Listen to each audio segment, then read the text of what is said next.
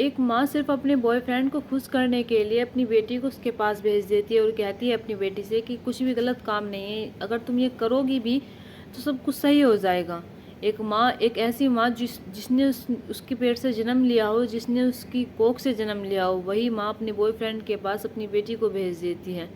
आखिरकार ये माँ अपने बॉयफ्रेंड के पास अपनी बेटी को क्यों भेजती है, और इसके पिता कहाँ पर होते हैं, और ये बेटी क्यों जाती है उसके बॉयफ्रेंड के पास, ये जानने के लिए बने रही है इस घटना के साथ। और यहाँ पर ये जो माँ होती है, ये कोई छोटी मोटी माँ नहीं होती है, या फिर कोई छोटा मोटा ओहदा नहीं होता है इसका। ये भाजपा की कार्यकर्ता भी होती हैं, ये भाजपा में रही नेता भी होती हैं। लेकिन इतनी बड़ी होने के बाद भी अपने बेटी को बॉयफ्रेंड के पास आखिरकार क्यों भेजती हैं। नमस्कार, आदाब, सत श्री अकाल, हर हर महादेव। मेरा नाम रूपा है और आज की घटना उत्तराखंड का हरिद्वार से निकल कर आ रही है। उत्तराखंड के हरिद्वार में एक थाना लगता है रानीपुर। वहाँ पर दरअसल एक पिता जो होता है, 13 साल की बच्ची का पिता, पुलिस स्टेशन जाता है। पुलिस स्टेशन जाने के बाद वहाँ पर जाकर कहता है कि मेरी बेटी के साथ मेरी पत्नी गलत काम करवा रही है। पहले तो पुलिस वाले जो होते हैं इस केस को इतनी गंभीरता से नहीं लेते हैं, इतनी सीरियस नहीं लेते हैं। लेकिन जब वो कहता है कि मेरी पत्नी जो है भाजपा की कार्यकर्ता है, यानी कि वो भाजपा की कार्यकर्ता भी है और वो महिला मोर्चा अध्यक्ष भी रह चुकी हैं, जब ये सारी बातें पुलिस वाले सुनते हैं तो पुलिस वाले जो होते हैं बैठाते हैं। बैठाने के बाद कहते हैं कि तुम एक एक बात हमें आराम से बताओ कि आखिरकार मसला क्या है, तुम ये क्या कह रही हो कि तुम्हारी पत्नी अपनी ही बेटी के साथ गलत काम करवा रही है, ऐसा कैसे हो सकता है। तभी वो पिता जो होता है वो कहता है कि ऐसा ही हुआ है, मेरी पत्नी मेरी बेटी के साथ बहुत गलत कर रही है, मेरी पत्नी अपने बॉयफ्रेंड के साथ मिलकर मेरी बेटी के साथ बहुत कुछ करवा रही है। वो जब ये सारी बातें पुलिस वालों के सामने रखता है तो पुलिस वाले जो होते हैं कहते हैं कि हमें सब कुछ शुरू से बताओ।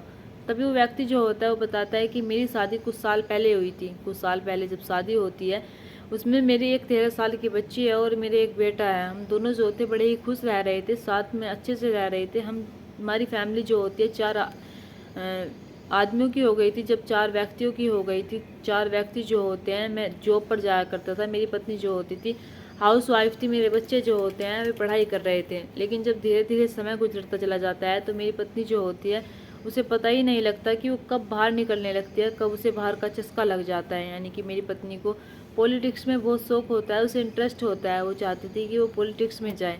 तभी धीरे धीरे वो जब बाहर निकलने लगती है तो पहले तो वो बच्चों की जो यानी कि स्टूडेंट की अध्यक्ष बनती है। स्टूडेंट के अध्यक्ष नेता बनने के बाद वो धीरे धीरे भाजपा में चली जाती है, यानी कि भाजपा की नेता बन जाती हैं।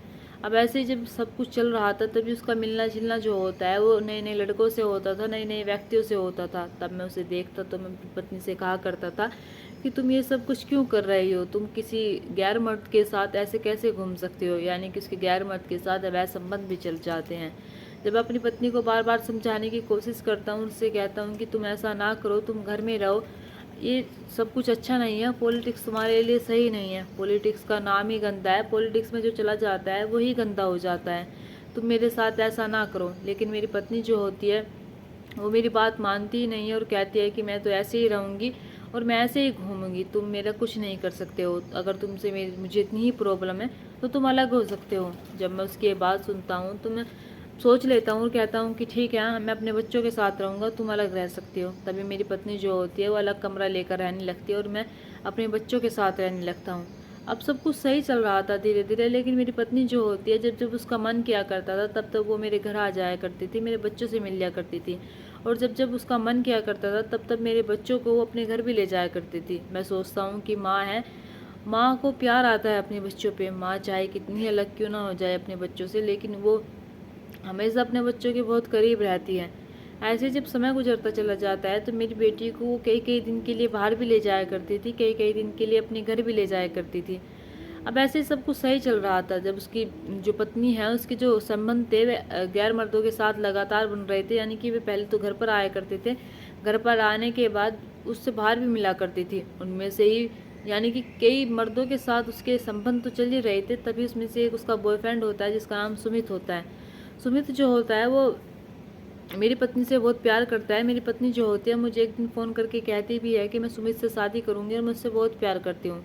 तो मैं कहता हूँ कि ठीक है, तुम्हारी लाइफ तुम्हारी मर्जी है, मैं तो तुमसे कोई वास्ता रखता ही नहीं हूँ, ना ही मेरा तुमसे कोई मतलब है, हम दोनों अब अलग हो चुके हैं, तुम जिससे चाहो उससे शादी कर सकती हो।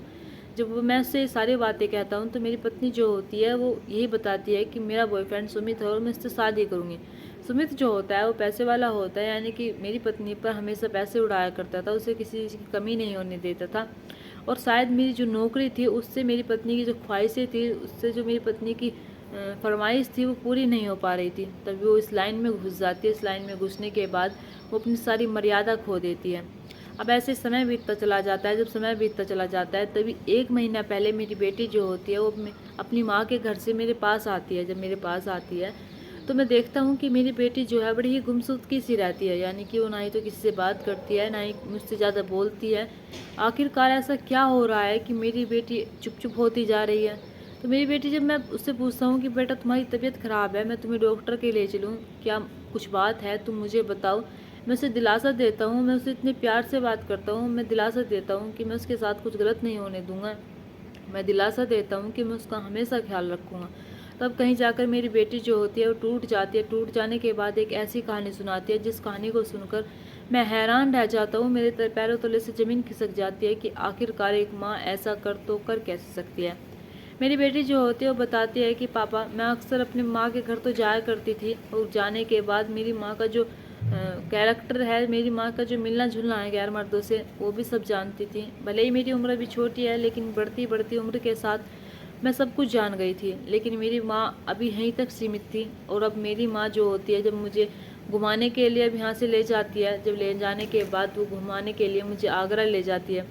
अब जैसे ही गाड़ी में बैठती हूँ तो मेरी माँ के साथ मेरी माँ के साथ 2 दोस्त भी होते हैं। उनके वे 2 दोस्त जो होते हैं वे गाड़ी में पीछे बैठ जाते हैं। जब पीछे बैठ जाते हैं तो कुछ दूरी का ही सफ़र तय करती है गाड़ी। लेकिन जब कुछ दूरी का सफ़र तय करती है गाड़ी, तभी वे मेरी माँ के जो दोस्त होते हैं वो मुझे छेड़ने लगते हैं, मेरे साथ गंदी हरकतें करने लगते हैं। मैं अपनी माँ से कहती हूँ कि माँ, मेरे साथ ये गंदी हरकतें कर रहे हैं।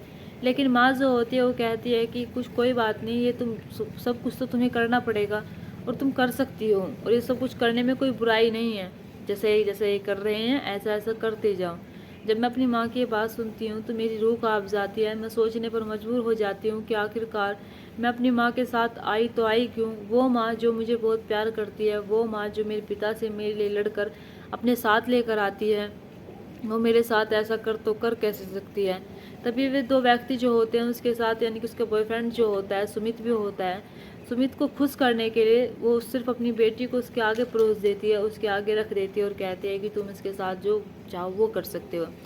सुमित का दोस्त जो होता है, वे दोनों मिलकर जो होते हैं उसके साथ गंदी हरकतें करते हैं। गंदी हरकतें करने के साथ साथ ये जो आगरा आता है, आगरा में एक होटल का रूम लेते हैं। होटल में रूम लेने के बाद वे वहाँ पर जाकर भी उसके साथ गंदी हरकतें करते हैं, यानी कि उसके साथ ऐसी घटना को अंजाम देते हैं।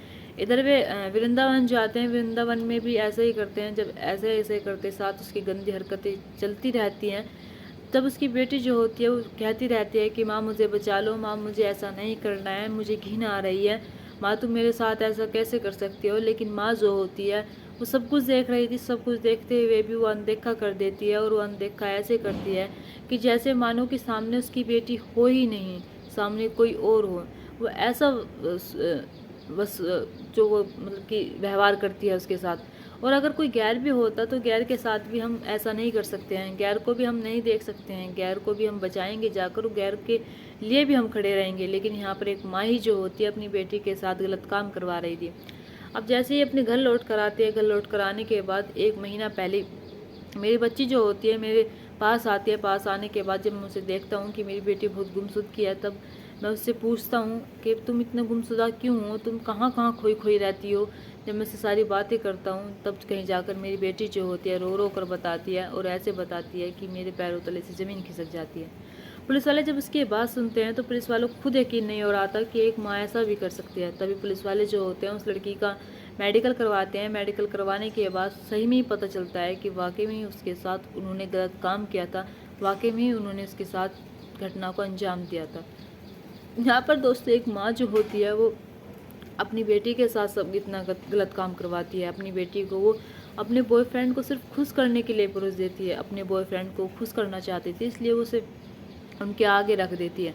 इन दोनों को गिरफ्तार किया जाता है और हिरासत में लिए जाने के बाद इनसे जब पूछताछ की जाती है तो ये भी पता चलता है कि ये जो नेता होती है, यानी कि भाजपा की जो नेता होती हैं, ये इन्हें पैसों की जो भूख थी वो मिट नहीं रही थी, पैसों की जो भूख थी वो कमी जो थी वो भी पूरी नहीं हो पा रही थी।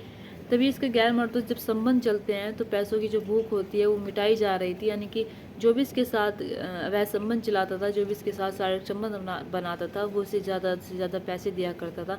और पैसे देने के बाद ये महिला जो होती है इसे ऐसी लत लग जाती है कि अपने पति को छोड़ देती है, अपने बच्चों को छोड़ देती है, और साथ में अपनी बच्ची को भी वो उसी दलदल में धकेल रही थी जिस दलदल में वो खुद गई हुई थी। साथ में उसकी बच्ची की उम्र जो होती है, इतनी कम उम्र की बच्ची जिसे अभी कुछ पता ही नहीं था, उस बच्ची के साथ वो इतना सब कुछ करवाती है। यहाँ पर एक माँ नहीं, माँ के ऊपर इन्होंने लांछन लगाया है, और यहाँ पर जो व्यक्ति होता है इसने भी कोई कसर नहीं छोड़ी है। ये पहले तो अपनी उसकी बेटी सॉरी इसकी माँ को फंसाता है, माँ को फंसाने के बाद फिर उसकी बेटी पर नज़र डालता है। बेटी पर नज़र डालने के बाद माँ को कहना चाहिए था कि अगर तुमने मेरी बेटी पर नज़र डाली तो अच्छा नहीं होगा, लेकिन यहाँ पर माँ ही जो होती है वो खुद ही अपनी बेटी को अपने बॉयफ्रेंड के आगे रख देती है। यहाँ पर आखिरकार गलती किसकी होती है, इस माँ की या फिर उस पिता की या फिर इस व्यक्ति की? सबसे ज़्यादा गलती होती है तो इस माँ की होती है, और किसी की सबसे ज़्यादा गलती होती ही नहीं है, और फिर होती है तो उसके बॉयफ्रेंड की होती है जो उसकी बेटी के साथ ऐसा करता है। यहाँ पर एक पिता जो होता है अनजान होता है, वो सोचता है कि उसकी पत्नी ही ऐसी है, उसकी पत्नी जहाँ रहे वहाँ सही रहे, लेकिन उसे नहीं पता था कि मेरी पत्नी मेरे बच्चों के प्यार का कुछ इस तरह से फ़ायदा उठाएगी। दोस्तों, यहाँ पर इस कहानी और घटना को सुनाने का मकसद मेरा आपको दिल दुखाना नहीं था, आपको परेशान करना नहीं था, आपको घटना के बारे में बताना था, आपको सचेत करना था। आप अपने परिवार के साथ खुश रहिए। नमस्कार।